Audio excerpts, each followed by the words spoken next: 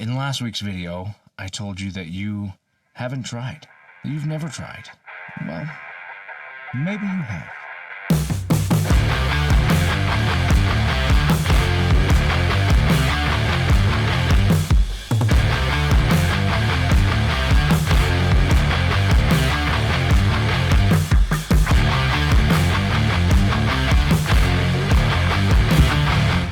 Hey, what's up? I'm Ken. This is kenfuTV, and each week I release videos in the martial arts, philosophy, technique, training, that sort of thing. So if that's the kind of thing you're into, I'm glad you're here. I hope you stick around. I hope that you subscribe and that you share this with people that you think might enjoy it. And then I hope that you, specifically you, enjoy it yourself. This week's video is maybe a little bit special to me because it's kind of defining what this whole thing is all about. You're watching Ken Learns Kenfu. I've got different series, maybe you could call them, on this channel. Ken Learns Kenfu, Ken Shares Kenfu, Brewing Budo, Dojo Sessions, all these different things. Links everywhere for that kind of stuff. Each week, the videos that I do every single week are the Ken Learns Kenfu. The whole purpose behind it was so that I could kind of chronicle my journey, my thoughts, put them on paper. I don't do this scripted.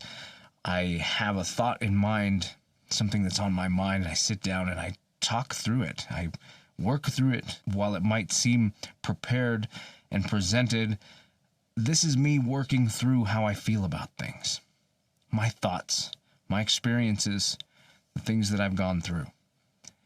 Ken Learns Kenfu. Ken Learning Kenfu. So last week I released a video, something that was on my mind, specifically about how people haven't tried. I don't believe that they've tried. I believe that people do things, don't try things.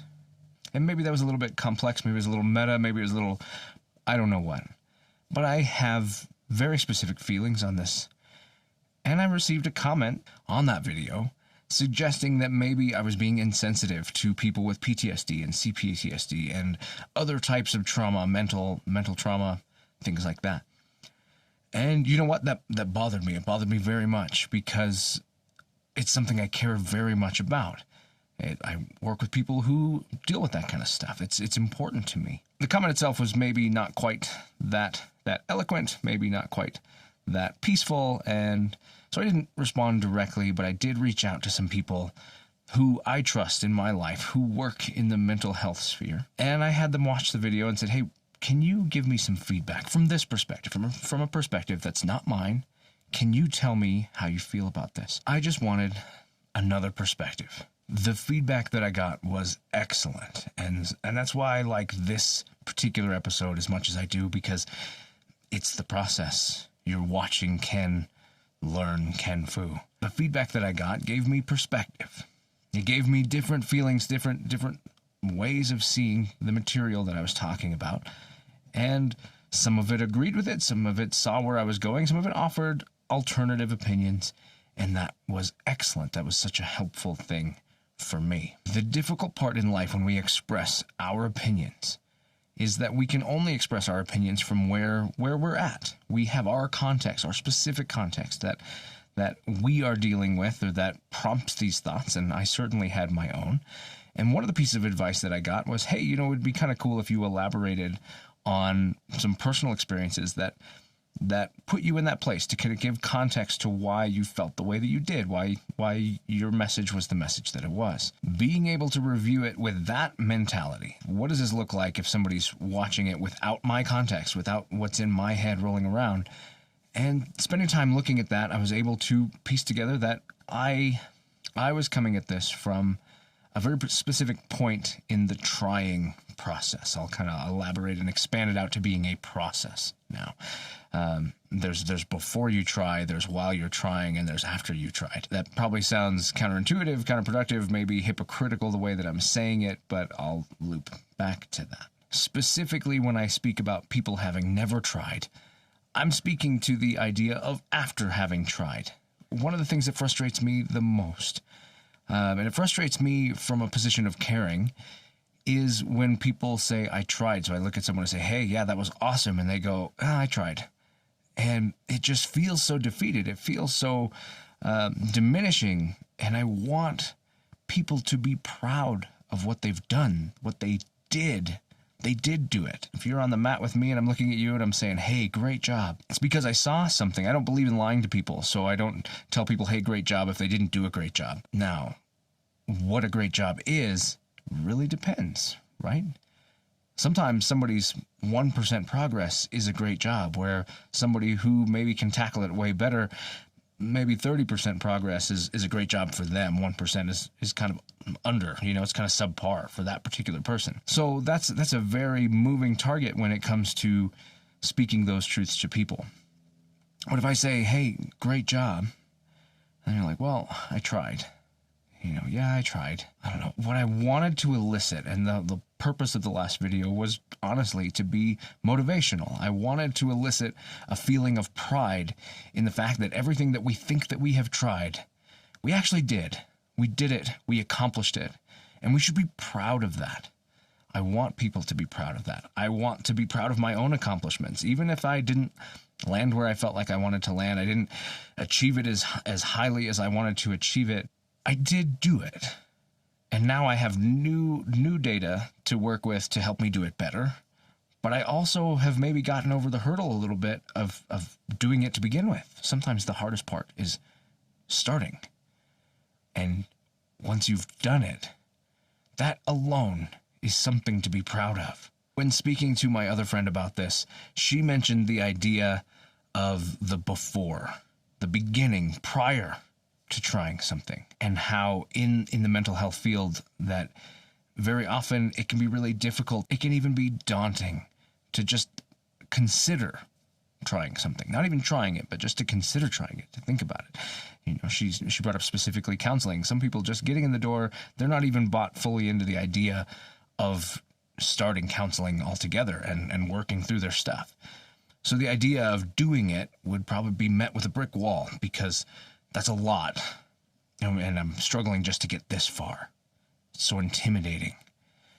So the idea of trying, attempting, makes it seem more possible, like something that maybe I can do this. I believe that. I believe in that too. Over this last week, as I've taught class, I've listened and paid attention to the number of times that I've asked people to try. And actually, I do it all the time. It was an interesting thing for me to look at and go, yeah, you just sent a message about not trying. But the truth is, to get someone to attempt something they're uncomfortable with, you do need to ask them to try. It's not a commitment.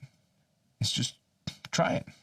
See what happens. Maybe it goes okay. Maybe it's not as bad as you think, and then maybe you do it again. But that does not change what I said before, because then you switch to the after. After you've tried.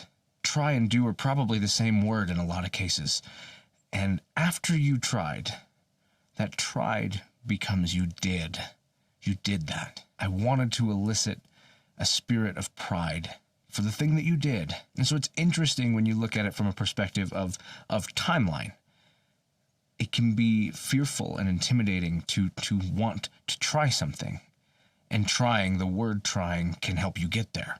Can help you get to the point where you give it a shot. Then you give it a shot, and that can be its own kind of difficult. And then you're done doing that. And you're maybe considering doing it again. Or considering how you could do it better. Or maybe even considering whether or not you maybe won't do it again. In that moment, I believe so strongly that it's important that you be proud of the fact that you did it. For everybody on the mat, it might not have been difficult at all. It might not have even been a second thought. And then for somebody else on the mat, that entire thing might have been the most painful thing they did all day. The most terrifying and frustrating and scary thing that they've done. So I was asked to give a personal experience that kind of ties in with this. Here's one. This one stands out to me. If you know me, I maybe even have mentioned it, because it was pretty profound for me. When I first was asked, hey, what if you said something from your own personal experience, I struggle to think of one, to think of something that, because this is how I feel. I feel that I did a thing, not that I tried a thing. And so I needed to look outside of myself to find an example. I remember working with a good friend of mine, a student for a long time. And before she started training, she would come in and we would do private lessons because she was fearful. It was intimidating to come into a class setting with all these people you don't know and do something you're not comfortable doing. So we met privately. She was comfortable with me. We could spend time working together and build up her confidence before she started working with other people. So that my thought in that process is, if I can get you to have certain things that are no longer something you have to consider, then the rest becomes easier. So if we've worked through a certain number of technique or movement or whatever it is, then in class when it's time to do that, that part's not hard. You've done that already. So you've got a little more capacity for managing the discomfort of other people being around while you do it, or other pressures during that time. In that time, one of the things that we did is we did break falls, rolls, forward rolls, back rolls, that kind of stuff. We started with rolls, no big deal, and then we started rolls from standing. And, well, if I'm honest, those lessons became me asking her to try doing a roll from standing. And then being patient while she cried, while she was paralyzed. And we'd spend an hour like that. Sometimes I'd get a roll, and sometimes I'd get 0. And then we'd go home for the day, and we'd try it again the next day. To this day, she's probably the most confident person to teach rolls. Her rolls are excellent, but she came from a place of fear. And it was very important that during that time, that every time she achieved it, that when we were walking out, that we talked about the fact that she did it. She did it, and she should be proud of it. She should hold on to that, and she should know that by God, she could do it again. Until it became not an issue at all. And she could do it every time, without thought. And she can help other people, and she can empathize with other people who struggle in that way. And that has been such a powerful thing. And so when I say that you've never tried, it wasn't that beginning. It wasn't the being paralyzed. It wasn't the tears. It wasn't the terror and the frustration. It was the after, when it had all culminated, and you had done it. You had done it. Not tried, did. Life is challenging. We don't get to choose how people receive the things we say. It's difficult having someone tell you that something you care very strongly about, you possibly just really radically went against it. But these are moments of growth. These are moments that we get to reflect, and we get to move forward. We get to choose how that goes. And I learned a lot through this process of chasing the part of that message that I didn't want to be true, and spending the time to make sure that I was not in that place. And this video is the culmination of that process. I didn't try to make that video last week. I made that video last week. And I dealt with the consequences of having made that video the way that I made it, saying it the way that I said it, thinking about it the way that I thought about it. But then I was able to also do a process of understanding, a process of growth, and allowing me to come away from that to see it in different ways, to see it the way other people see it, to learn how I can do better. And I did that too. So it doesn't change my feeling about whether or not I feel like you did versus you tried. I believe these things are in harmony with each other. The beginning, the attempt, the trial is the thing that starts the process. And having done is the thing at the end of the process. There's one more. My friend, when she was talking, she also mentioned the fact that trying can be separate from doing, in the event that you try one thing and do another. She mentioned a specific thing for herself where she's like, I went to try that. This is what happened instead. So while I tried that, I did this. And so that idea of tried and doing culminating will come later as she continues to try and gets to the point that she can do that thing. Then it will become doing that thing. But right now it's trying a thing and doing a different thing. And that's also true. That's a different part of this process that I also hadn't considered or thought about or really spoke to in the last video. It's really easy for me to want to devil's advocate a thing. That's a process that I do where I look at, could this thing not be true? Are there other things about this that could be true? And speak to that. And my videos are already long enough, so I try sometimes to keep that message deliberate and short and not peel off into the weeds on stuff. In this case, for at least this one individual, I think maybe it was a miss. And you know what? That's okay too. I might have tried to be concise and have a specific message, and I might have actually done delivering a different message, and having it not be as motivating as I wanted it to be. But in the end, what we learn from, the things that we do, the lessons that we take away from them, the repercussions that come, both good and bad, help shape us into who we are. So never give up chasing that better you that's still out there. That's it for this week. I hope that you enjoyed this video as much as I enjoyed making this video, and I enjoyed the last week of thinking about this and processing and reaching out to people and having conversations and continuing to pick up where I fail and where I can do better. And even if I don't consider myself a failure when it happens, I don't consider that what happened last week was a failure. I think there are people that are going to have heard that message and it will have meant exactly what I meant it to mean for them. And there's people that hear it and will feel like this other person. And there were people who heard it who felt something completely different, who we haven't had that conversation. And I don't know where they went with it. And that's okay. It's okay to do a thing. I'm not beaten by this. I am bolstered by this. And I hope that you are too. I hope that you can continue, that maybe this video can provide the motivation the last video lacked in showing that when things don't go right, it's not necessarily the end. And there's options to continue. There are perspectives that you can use to continue. And you know what? It's worth mentioning that if you were not a person like that, who can look at it, process, and determine a good path and chase that path, or maybe you are, but you have a hard time actually doing the chasing part, there is no shame in reaching out for help, having other people support you or help you through it. These can be people. I find the dojo is an excellent place for that because there are people around you who just want to see you succeed.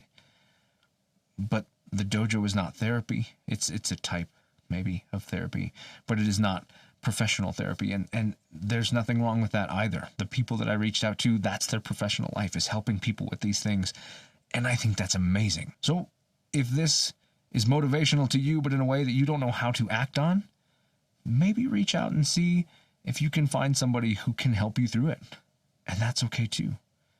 They can help put those perspectives for you. If you can't build that perspective, maybe they can help show you that perspective. They can help get you to the next step. The truth about therapy, the thing that everybody needs to understand about therapy is not about other people doing for you the thing you need. Therapy is about having someone with you who can help you be the person who does the thing you need. That's huge. When you heal, when you recover from a thing, they didn't do it. You did it. They helped you get there, and you needed that. And maybe you continue to need that, and that's okay too. And speaking openly and honestly, maybe that also involves medications or different routines or different things, giving up on parts of your life or adding new parts to your life. And they might be things that you feel embarrassed about or shame for, even if maybe you shouldn't. If you haven't heard it today, I want at least one person to have told you that these things are okay. Nothing should stop you from pursuing being the person that you want to be. Don't ever be afraid to put that time in. And if you're afraid to put that time in, if you're not sure that you can do that, leave a comment that says, I struggle with this too. It's a big ask. That might be really difficult to say. Originally, I thought maybe I say I need help, but that can be really hard. So just say, I struggle with this. And I promise you, there will be people in the comments, myself included, who will be right there to encourage you. And to help you, because we all need that. That's it for today. That's it for this video. I hope that this meant something. And if you think that it can mean something for somebody, share it to them. If you think it didn't mean anything to you, but there's somebody in your life who needs it. I run into those things all the time, things that I see that don't apply to me, but I think could help someone. And so I share them. And if these videos are ever like that, please share them. If you want to get videos like this every week, well, hell, here's a couple more that you might like. Here's one. And here's a playlist of videos of me teaching on the mat, the things that I teach.